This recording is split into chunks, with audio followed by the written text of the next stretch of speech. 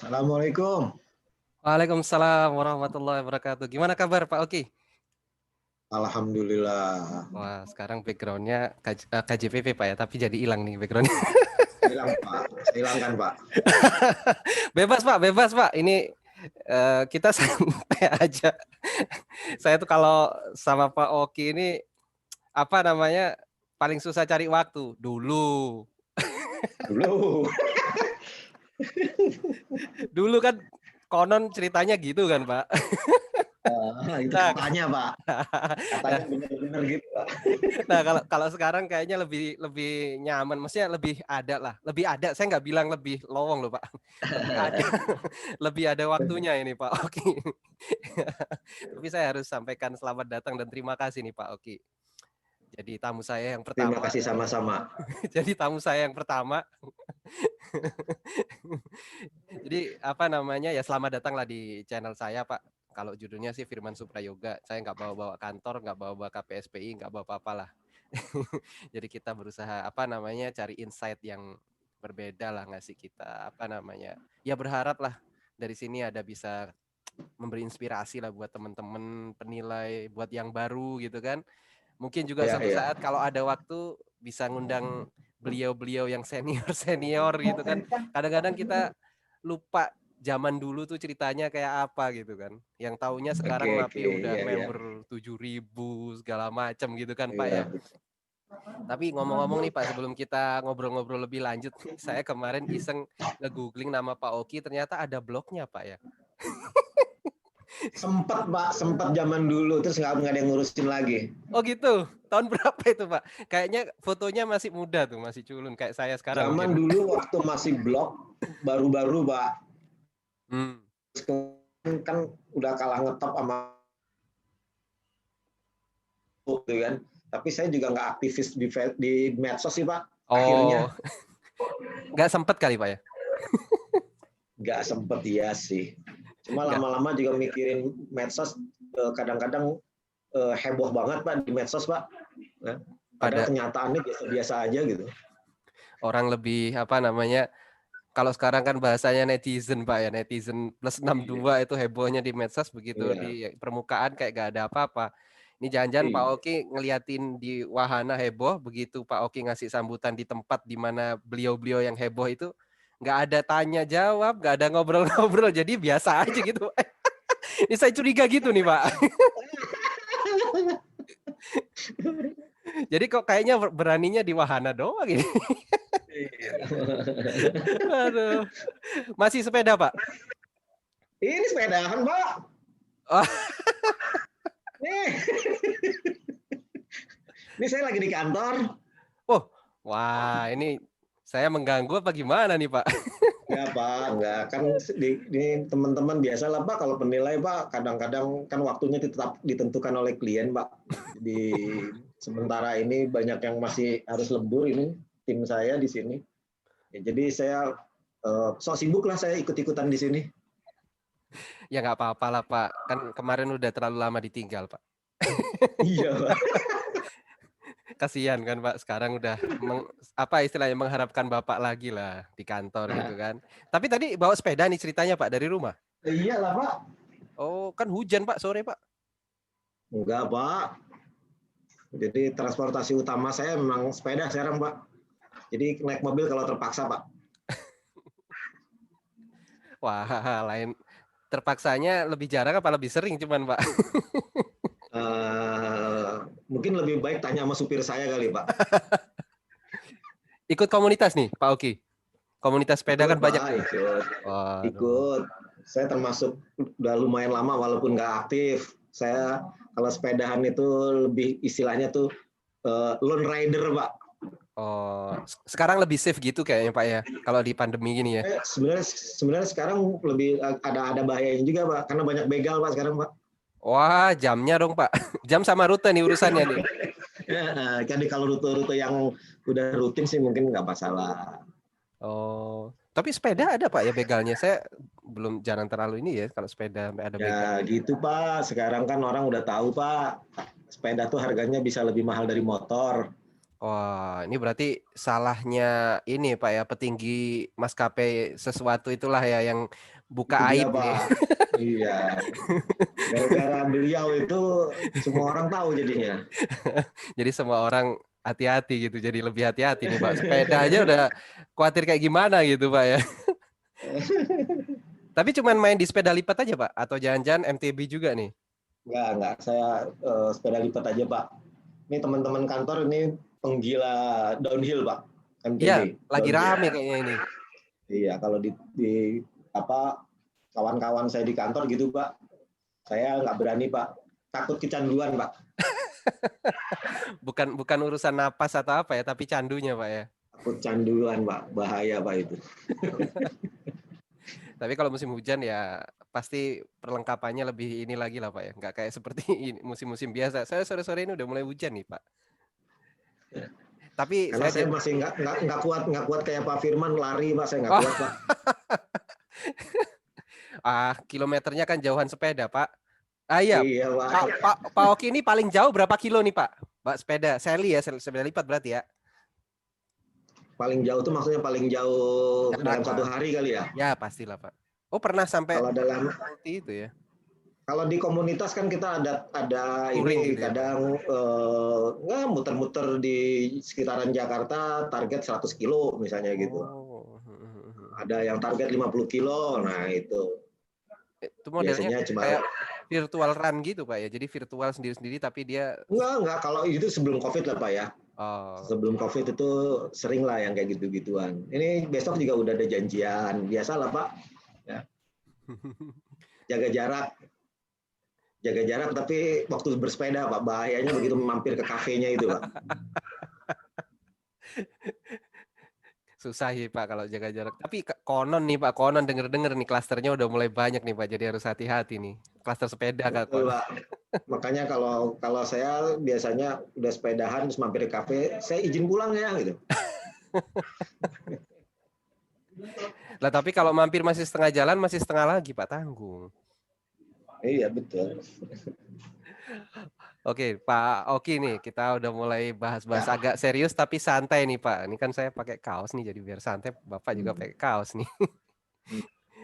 Jadi Bapak ini kan S1-nya di IPB Pak ya? Iya Pak. Kemudian S2-nya dari UTM Pak ya, Malaysia nih. Nah, kok Bapak bisa jadi penilai Pak? Ini seperti sebagian besar penilai kita Pak. Ya. Itu sebenarnya itu kebanyakan nggak sengaja dan nggak ada diniatin Pak. Ya. Kalau saya sejarahnya memang gini Pak. Ada om saya ya, ada dua om saya waktu itu mereka membuat perusahaan penilai ya. Namanya PT Kawira Pratama Penilai. Itu Pak om saya itu ada dua, Pak Rudi Alfian, satu lagi Pak Ade Irsyaf almarhum ya. Nah, ketika saya sebelum lulus kuliah S1 itu diajakin sini deh, lihat-lihat di sini gitu kan. Ya udah, akhirnya saya ikutan dan keterusan. Walaupun pada awalnya saya sebenarnya ngelihat pekerjaan penilaian itu kayaknya kok ya kayak tebak-tebakan ya melakukan penilaian ya gitu ya. Jadi saya nggak terlalu berminat. Ya, akhirnya di situ saya lebih menekuni membuat studi kelayakan, feasibility study. Itu yang saya lebih tekuni gitu loh. Sampai dalam satu kesempatan itu saya ikut pendidikan. Ya, dulu namanya masih P1 P2. Ikut pendidikan, di situlah saya baru mulai ngeh. Ya, jadi mungkin Pak Firman nggak ngalamin di mana zaman dulu itu kalau jadi penilai gampang Pak. Masuk ke perusahaan penilai, pada hari itu juga Anda jadi penilai. Nggak usah ikut pendidikan. Iya, nggak usah ikut pendidikan Pak. Nggak usah ikut pendidikan, nggak usah register itu nggak perlu Pak. Ya. Pokoknya masuk aja, diterima hari itu di perusahaan penilai, maka hari itu Anda jadi penilai. Nah, itu sebagian besar terjadi seperti itu sehingga membuat saya itu bukan sesuatu yang menarik. Nah, ketertarikan saya itu adalah ketika saya ikut pendidikan P1, P2 itu. Baru saya, oh ternyata ini ada ilmunya juga. Oh, nah, Kacau juga. ya. Kan kalau teman-teman yang sekarang kan yang muda-muda itu kan belajar dulu, terus kemudian terjun ke lapangan, terus kemudian barulah dia bisa klaim dirinya jadi penilai, gitu kan? Ya, ya. Jadi di zaman dulu itu zaman jahiliyah itu lebih nggak jelas Pak, ya. Ilmunya nggak jelas, orangnya nggak jelas, gitu kan? Nah, pada waktu itu Pak, itu P1, P2 itu, ini saya cerita aja nih Pak ya. Ya, ya Pak. Nah, silakan Pak. satunya itu yang membuat saya akhirnya tertarik itu karena Bu Ami almarhum. Kalau Pak Firman ingat Bu Ami Ketemu saya, almarhum. ketemu. Nah, Bu Ami almarhum itu dan satunya lagi Pak Beni ya, yang memang membuat saya tertarik sama ilmu penilaian. Asian ya. Appraisal kalau nggak salah Pak ya, bukan? Betul, Bu Ami Asian Appraisal. Nah, jadi dan Pak Beni yang ya sampai sekarang Pak Beni memang senangnya ngajar itu ya. Jadi beliau berdua inilah yang terus kemudian oh ternyata nih penilaian ada ilmunya toh gitu ya. Ada metodologinya. Oh gitu. Tak pikir ini cuma kayak dukun tebak-tebakan aja. Terus terang ketertarikan saya mulainya ada di situ. Nah, dengan ketertarikan itu nah, begitu saya kembali ke kan waktu pendidikan itu terus saya ceritalah dengan om saya di kantor itu, dan om saya itu bilang itu teman saya itu Bu Ami. Nah, kebetulan beliau Bu Ami kan dari IPB itu Pak. Ya. Akhirnya tahu dari om saya bahwa Bu Ami itu di IPB dan juga satu jurusan sama saya. Oh. Nah, Ketemu di alumni. situ atau alumni. Nah, begitu saya terkagum-kagum. Oh, begini rupanya nih. Akhirnya saya, nah ini mungkin agak aneh nih apa yang saya lakukan. Mungkin nggak umum lah. Ya, saya nggak tahu kalau anak-anak zaman sekarang ya. Tapi kalau anak zaman saya itu cukup aneh kalau misalkan apa yang saya lakukan. Jadi saya samperin Bu Ami. Bu Ami saya samperin, Bu Ami, saya Oki. Ya, saya memperkenalkan diri ke Bu Ami, terus kemudian saya bilang, Bu, saya tertarik nih tentang penilaian. Ya, kalau ini saya bersedia Bu, kalau diajak-ajak untuk disuruh-suruh apa, mau disuruh ngurus-ngurus apa, saya menawarkan diri Bu. Saya gituin ke Bu Ami. Ya. Oh iya. Tapi Bapak udah masuk bukan KJPP, dulu PT ya, PT. PT Pak, PT. Tapi saya waktu di PT itu saya nggak terlalu terlibat di bidang penilaiannya. Saya hanya FS tadi. studi study itu, studi kelayakan. Jadi begitu Bu Ami itu terus kemudian saya samperin aja Bu Aminnya, Bu, saya tertarik nih Bu ilmu penilaian nih. Mungkin kalau ada kesempatan saya diajak-ajak Bu, mau disuruh-suruh apalah, saya bilang gitu. Mau ngurus-ngurusin apa? Saya gitu, terus kemudian dia terjadilah ngobrol lah sama Bu Ami itu, dan beliau tahu bahwa saya ponakannya Pak Ade Irsyaf yang memang kenal juga sama Bu Ami, satu alumni juga beliau. Terus kemudian nggak lama berselang itu emang Bu Ami ini minta saya untuk bantu. Oh. Ya. Di MAPI itu saya diminta untuk bantu Bu Ami di bidang pendidikan. Bu Ami, mohon maaf nih Pak, saya potong dulu. Saya kan ketemunya Bu Ami waktu beliau jadi Dewan Penilai kalau nggak salah. Tuh Ya, pertama kali saya meriksa ada kasus tuh. Jadi iya. waktu nawarin Pak Oki itu beliau sudah di Dewan atau di posisi yang mana nih Pak?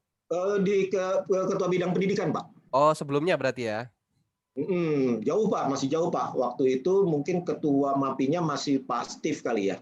Oh masih awal tuh. Masih awal Pak, masih awal. Karena Bu Ami jadi ketua di Dewan Penilai kan bareng-bareng sama Pak Steve juga kalau nggak salah di Dewan Pak Penilai. Baroto juga. Nah itu pada waktu itu seingat saya MAPI belum ada Dewan Penilai Pak. Jadi seingat saya itu ketuanya masih Pak Steve atau bahkan sebelum Pak Steve kali ya. Tahun 92 atau itu nggak salah deh. Nah, itu yang mengawali. Jadi saya dibukakan jalan oleh Bu Ami nih, ya. Dan setelah saya terlibat di sana, sebenarnya seingat saya tuh jabatannya sekretaris bidang pendidikan lah gitu loh, atau wakil sekretaris bidang pendidikan kalau nggak salah gitu loh. Pokoknya saya ditarik-tarik aja, diikut-ikutin. Nah, disitulah mulai saya terlibat di organisasi di MAPI. Dan MAPI berapa keterusan orang nih Pak? Waktu itu, sorry. Waktu itu mohon maaf nih Pak. waktu itu Anggota MAPI itu. berapa ya?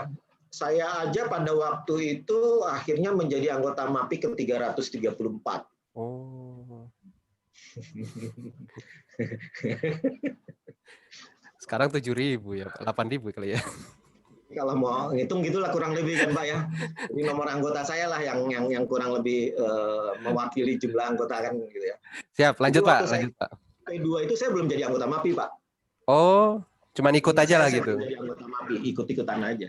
Dan saya belum tertarik juga pada waktu itu sebenarnya. Jadi Bu Ami dan Pak Beni yang membuat saya melek tentang ilmunya gitu loh. Saya mungkin termasuk orang yang rasional, sehingga kalau nggak ada cerita rasionalnya, nggak ada ilmiahnya, nih kayaknya ini dukun nih, saya nggak mau ikut-ikutan deh nih kalau kayak begini gitu kan. Jadi waktu Bu Ami cerita, oh ternyata ada metodologi gini, Pak Beni ceritain begini begitu, oh ada toh gitu. Padahal waktu masih kulit-kulitnya. Dan akhirnya dari situlah terus tuh saya terlibat di MAPI ya, keterusan lah, ya, bablas Pak, sampai nggak kira-kira lah. Sampai kemarin. Sampai kemarin itu. Tapi anggota MAPI kan masih kan Pak. Masih. Ini saya jadi keinget nih Pak Oki sampaikan apa namanya, kalau nggak ada ilmunya dukun ya. Nah ini bahasa yang berbeda dengan tokoh ya, yang berbeda ya. Kenapa? Ditiup jempolnya, ditempelin keluar nilai oke. Ya. Jadi ya. Bener Pak. Jadi maksudnya klien itu apa ya? Asal ada nama penilai, izin, ada izin kementerian nggak waktu itu Pak? Enggak Pak. Izinnya kan siup Pak, siup dari Perdagangan ya? Departemen Perdagangan. Perusahaan berarti Pak ya? Persyaratannya administratif saja Pak, nggak ada persyaratan apa-apa. Perusahaan berarti Pak ya sebenarnya waktu itu ya? Perusahaan Pak, perusahaan. Jadi memang pada waktu itu ya memang salah pengasuh Pak penilai itu. Salah asuhan. Tapi sekarang masih salah nggak? Salah Pak, bukan salah asuhan Pak, salah pengasuh Pak. Oh. Mungkin yang ngasuhnya mungkin dia nggak salah Pak mengasuhnya, cuma salah pengasuh.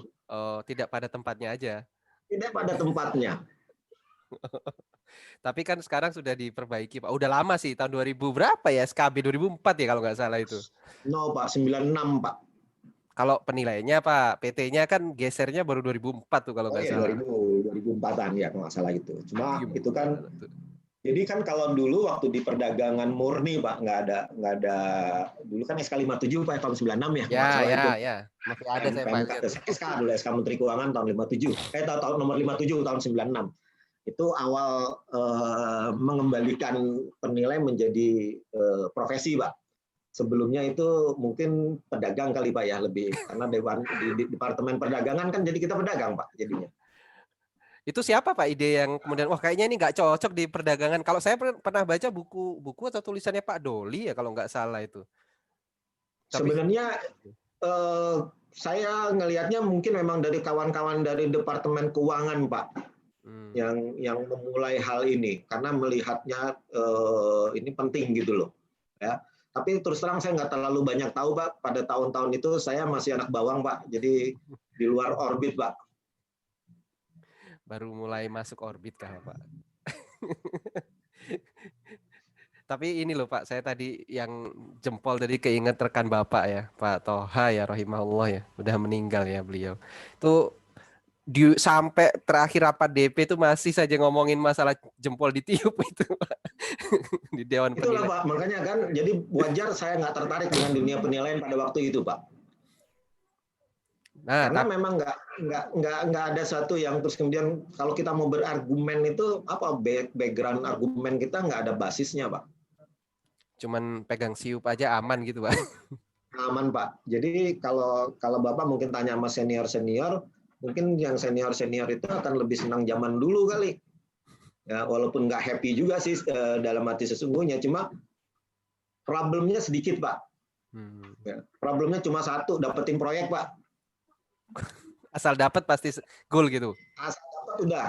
Bapak nggak akan ketemu jaksa, nggak akan ketemu polisi, nggak akan ketemu yang meriksain. Ya. Nggak ada satu pihak pun yang akan meriksa kita Pak. Bahkan regulator pun enggak kayaknya. Enggak Pak. Pokoknya siupnya beres, sudah perpanjang terus beres Pak. Saya jadi kita ngajuin siup, nggak ada nih pendidikan apa nggak ada Pak. Saya jadi ingat salah satu pimpinan kami Pak dulu, namanya siapa ya, Pak Nandi kalau nggak salah. Bapak mungkin masih ingat ya Pak Nandi, masih ada beliau tuh. Udah purna tugas ya beliau. Itu pernah ke KJPP diusir Pak. Ke PT ya dulu ya, PT Pernilai itu diusir Pak. Saya kaget juga, kok bisa ini kementerian diusir gitu. Sampai sebegitunya ya. Itu luar biasa itu. Nah, kita masuk ke ini Pak, nostalgia sedikit lah. Kok bisa ketemu Pak Toha ya rahimahullah, kemudian sekarang jadi di KJPP. Toha Oki ya namanya ya. Nah, ini gimana cerita nih Pak? Tadi kan di PT tuh Pak. Iya. Jadi gini Pak. Ya,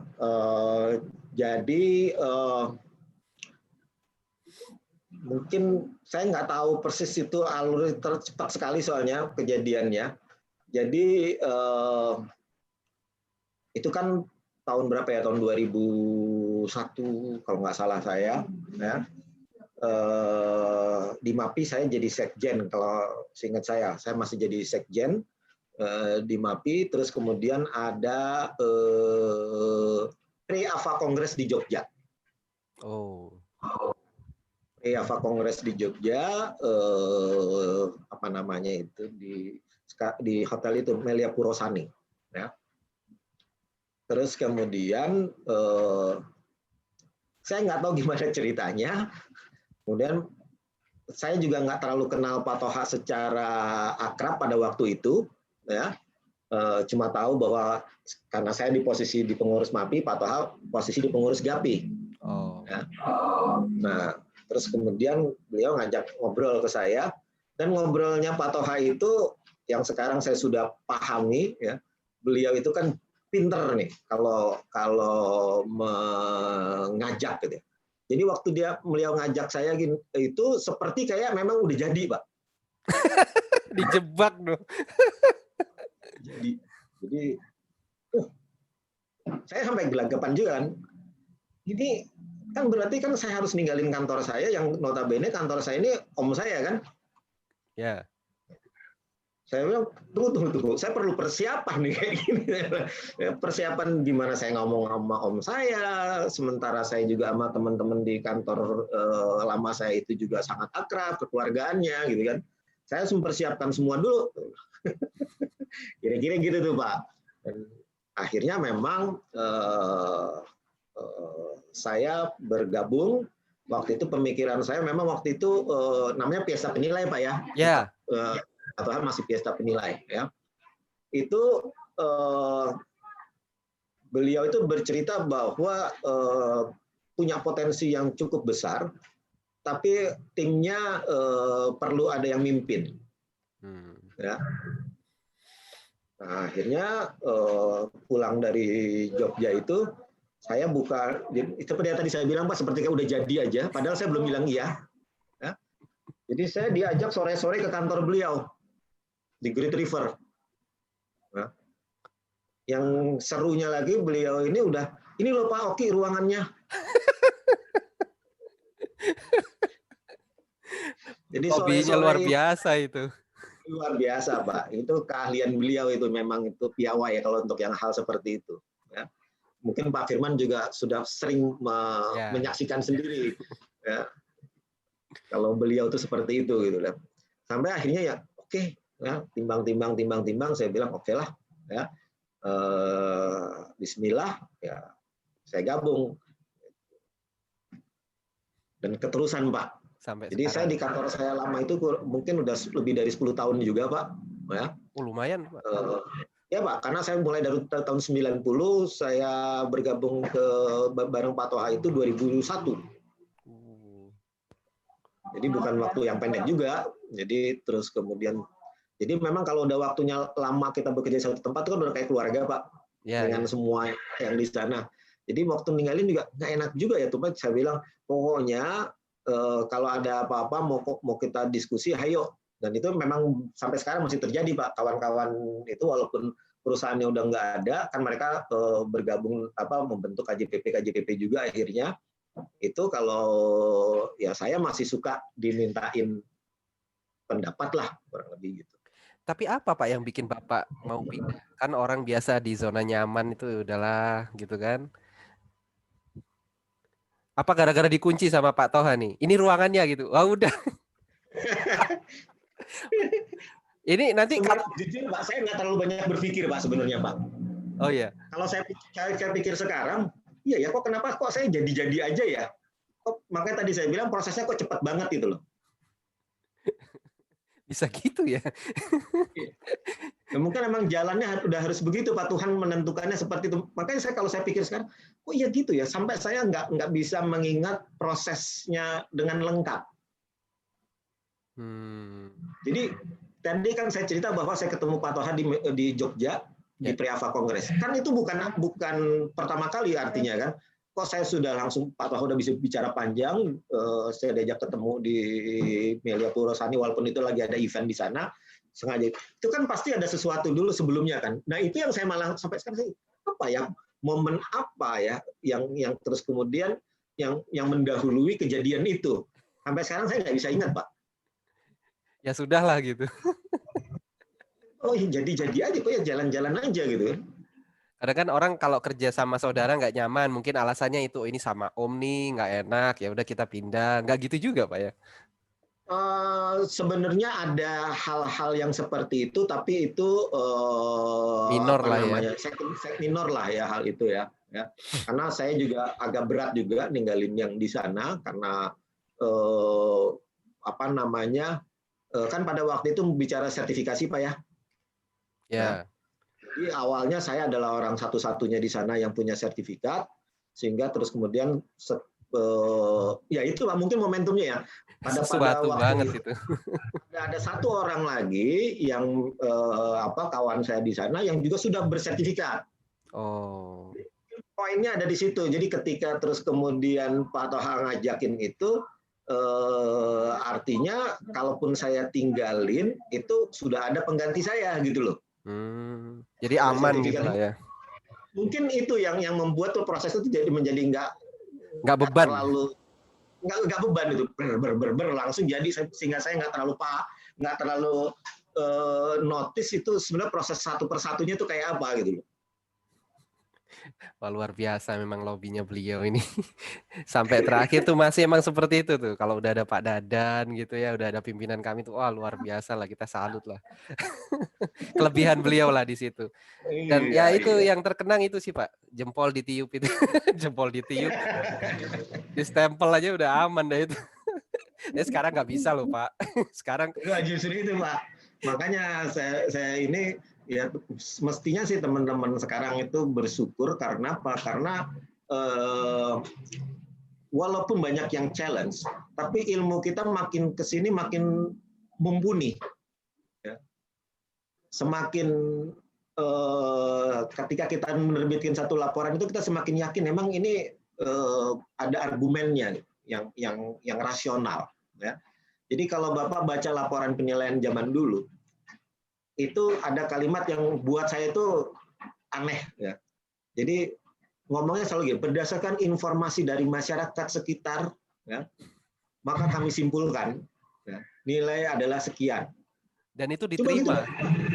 Diterima. Bapak tanya working papernya, Rawono Pak? Udah pernah Pak. Awal-awal saya meriksa itu. Ya jauh lah sekarang dengan dulu itu ya. Tapi ini mungkin buat teman-teman ya yang belum tahu, dulu itu sebenarnya organisasi penilai itu ada dua, ada GAPI untuk PT-nya sama MAPI untuk orangnya. Nah sekarang udah nggak ada lagi GAPI-nya Pak ya. apa ya istilahnya berubah lah sekarang jadi IKJPP sekarang, FKJPP sekarang jadi IKJPP. Tapi itu jauh Ya. berbeda lah, kalau dulu memang GAP itu luar biasa lah. Oke, kita ini sekarang bicara masalah MAPI nih Pak. Bapak itu kan, Pak Oki ini kan 2 periode jadi ketua nih Pak. Bener ya Pak ya saya ya. Ya, ya. Kemudian Dewan Penilai Bapak berapa periode Pak? Kalau 2 periode, Pak. 2 periode juga kan? Ya. Wah, ini saya mau bilang legend mau gimana nih. Kalau jadi ketua MAPI 2 periode nih saingannya mungkin udah ada nih Pak Hamid nih kan. Saya kurang tahu kalau sebelumnya Iya. nih Pak. Kalau yang terakhir kan Pak Hamid tuh 2 periode nih. Nah, sekarang kalau saya boleh nanya nih Pak, bedanya jadi ketua MAPI di periode pertama dan kedua. Oke. Mungkin gini, Pak. Saya itu lumayan aktif itu setelah periodenya Pak Karsono, ya. Ketika ketuanya Pak Suryantoro, saya sekjennya, ya. Nah, sebelumnya MAPI itu lebih bukan ketuanya, tapi lebih banyak yang aktif itu adalah dari pemerintahan, ya, kawan-kawan di Direktorat Jenderal Pajak PBB ya Pak ya. Nah, makanya ketuanya Pak Karsono pada waktu itu itulah menjadi sangat dominan, ya, kontribusi kawan-kawan dari Direktorat Jenderal Pajak itu sangat dominan, ya, termasuk akhirnya terbentuknya SPI itu Pak, yang seperti kayak sekarang itu formatnya itu adalah pada zaman Pak Karsono itu, yang ketua KPSPI-nya lah kalau sekarang zaman sekarang itu Pak Mahfud Siddiq, ya, mantan Dirjen Pajak juga. Jadi Pak Plat Karsono. merah semua ini. Pak, jadi itu dan saya itu kalau di rapat standar pada zaman dulu itu, ya itu saya dapatnya di kursi belakang Pak. Nah, biasanya rapatnya di Direktorat Jenderal Pajak tuh, ya. Saya di kursi belakang.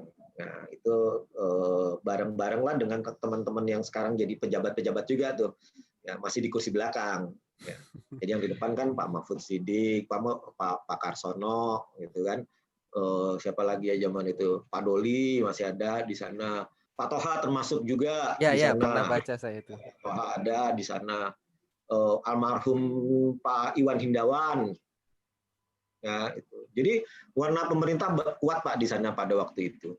Nah, waktu zamannya Pak Sur itu transisi Pak, ya, zamannya Pak Suryantoro transisi seperti sebenarnya waktu sebelumnya kan Pak Stefanus ya. Cuma pada waktu itu maaf memang MAPI itu sepertinya kok kalah pamor oleh GAPI. Oh. Ya. Kalah lebih kuat GAPI-nya pada waktu itu, ya. Jadi MAPI itu seperti kayak cuma lembaga pendidikan lah. Seperti gitu ya. Ini mohon maaf ya. Bukan maksudnya seperti, tapi kesannya seperti pokoknya urusan pendidikan MAPI. Kalau yang bisnisnya GAPI, yang kemana-mana ngadep kemana-mana itu GAPI. Gambaran kondisi faktual lah Pak ya. Ini bukan masalah ngomongin positif negatif kan. Nah, ketika zaman Pak Sur itu kita mulai coba membangun, ya, bagaimana peran kawan-kawan penilai yang di swasta ini untuk bisa lebih berkontribusi lebih banyak. Nah, ketika saya jadi ketua MAPI tahun berapa tuh ya? 2004 mungkin. 2004 kayaknya Pak. Nah, ini juga itu kalau dibayangin sekarang saya emang nekat Pak. Karena usia saya pada waktu itu masih 36 Pak. Waduh. Pada 36 tahun jadi ketua MAPI gitu kan ya. Akhirnya sebenarnya saya tadi mau nanya loh Pak. Bapak tuh pertama jadi ketua MAPI umur berapa? Bapak sendiri ngomong malah.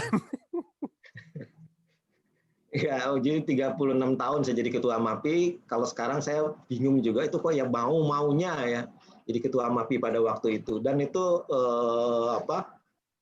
saya beruntung Pak, ya, karena pada waktu itu saya kan mungkin orang yang nggak terlalu banyak ngurusin administrasi, nggak terlalu suka ngurusin yang hal seperti itulah gitu ya.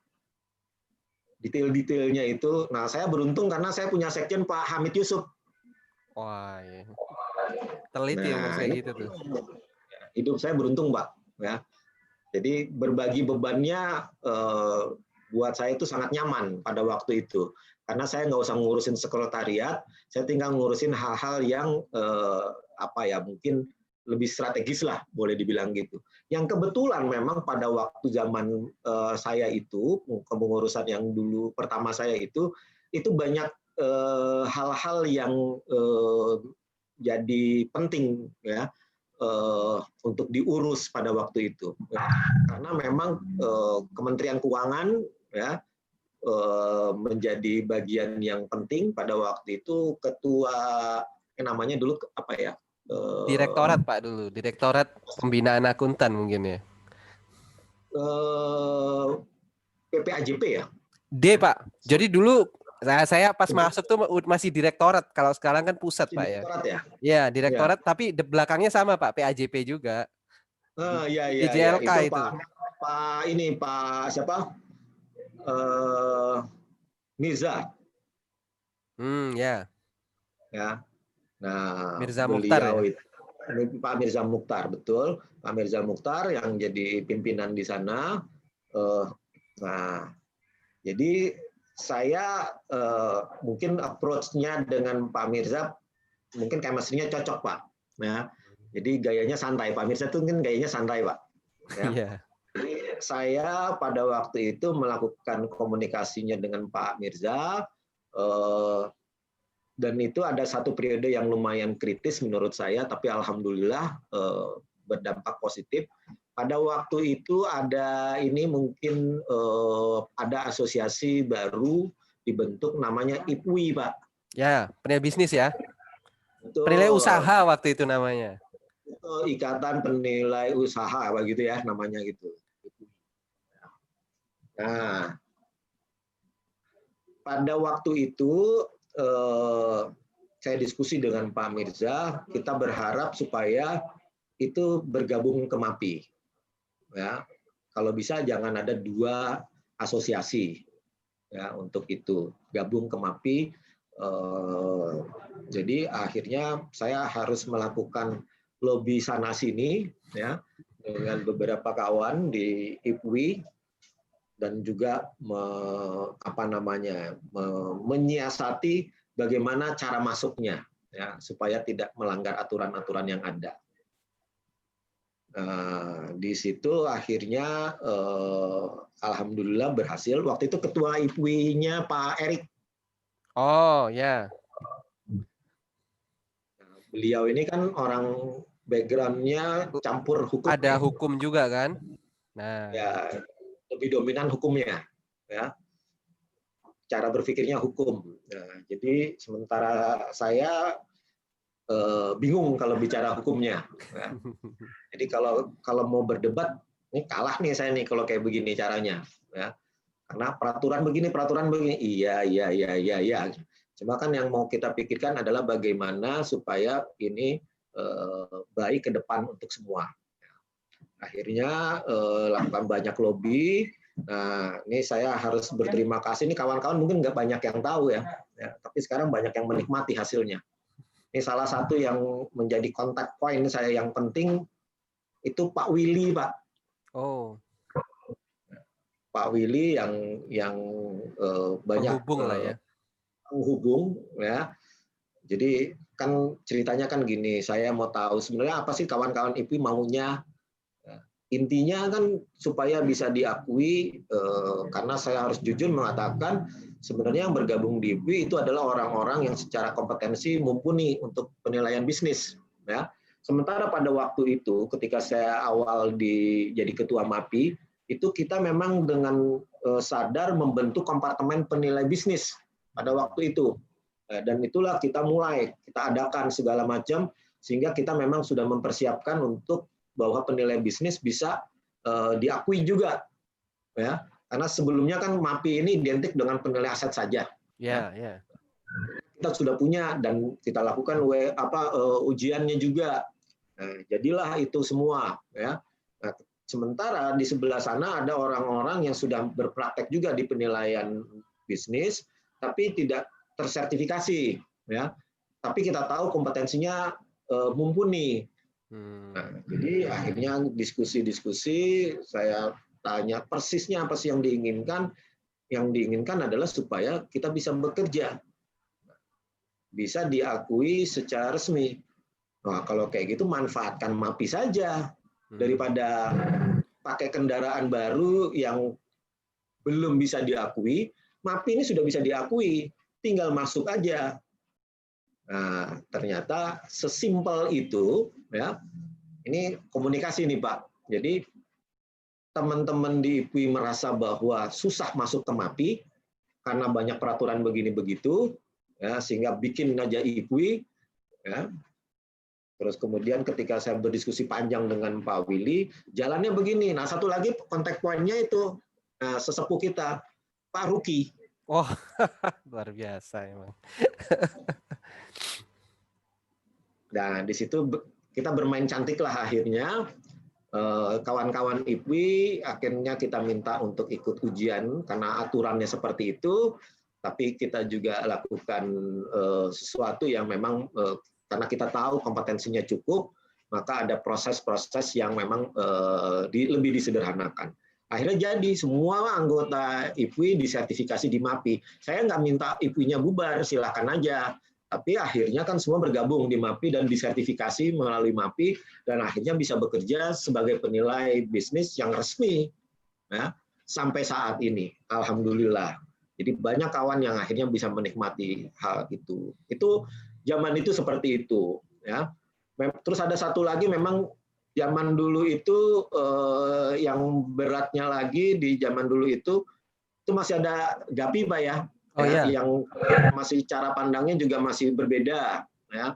Itu juga perlu koordinasi terus. Dulu ada demo kalau nggak salah Pak ya. Ya, Kementerian Keuangan, masih Departemen Keuangan di demo Pak karena dilakukan ujian kan. Ya, apa-apaan nih ujian-ujian gitu kan. Ya. Itu, nah ini saya buka nih Pak, ya. Di sini saya pada waktu itu sebagai ketua, sebelumnya sebagai sekjen itu sudah isunya udah ramai duluan, ya.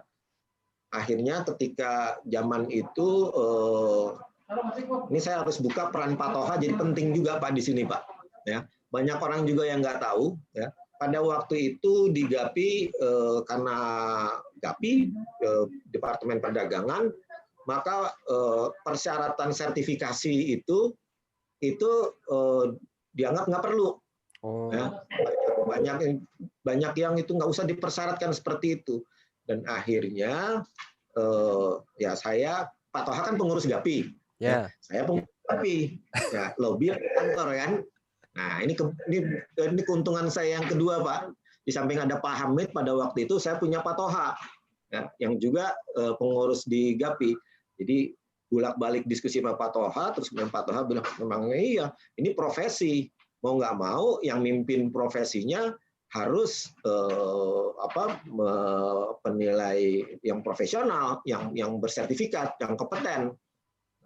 Jadilah akhirnya pada waktu itu salah satu ketentuan di perdagangan atau di GAPI, itu saya lupa, perdagangan mungkin aturannya, bahwa untuk bisa mendapatkan izin SIUP penilai itu, salah satu direksinya, ya, itu harus penilai yang sudah lulus ujian. Nah, itu sebenarnya buat perusahaan penilai pada waktu itu kan memberatkan, ya, karena kawan-kawan yang jadi direktur atau pemilik perusahaan penilai belum tentu pada waktu itu Pak ya, belum tentu penilai. Ya, nah, ini kontribusi salah satu Pak Toha nih Pak yang saya perlu ungkapkan juga. Jadi Pak Toha bilang, benar ini kayak gitu, memang kita harus profesional yang kayak gini. Nah, bermainlah saya dengan Pak Toha untuk mencoba melobi kawan-kawan di GAPI untuk bisa menerima klausul itu. Jadilah akhirnya muncul klausul itu, dan akhirnya menjadi sesuatu yang dianggap harus diterima. Ya. Sehingga ketika Kementerian Keuangan mensyaratkan berubah menjadi nggak boleh PT lagi, dan penilai yang dimaksud dengan penilai itu adalah yang memang sudah lulus ujian, itu aman, beres tuh. Jadi Itu yang saya alami pada waktu itu, ya. Memang setelah itu zaman saya yang periode yang terakhir, sebenarnya sih udah tinggal ini Pak.